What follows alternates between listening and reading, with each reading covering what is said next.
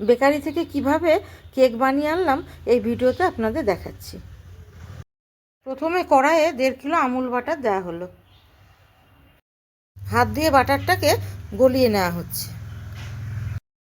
এরপর দেওয়া হলো 1.5 কিলো চিনি আর বাটার ভালোভাবে গলিয়ে নেওয়া হচ্ছে।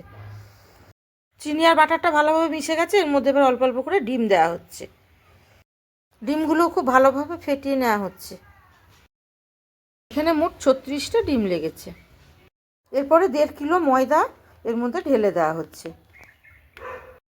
ময়দাটা ভালোভাবে মেশানো হয়েছে।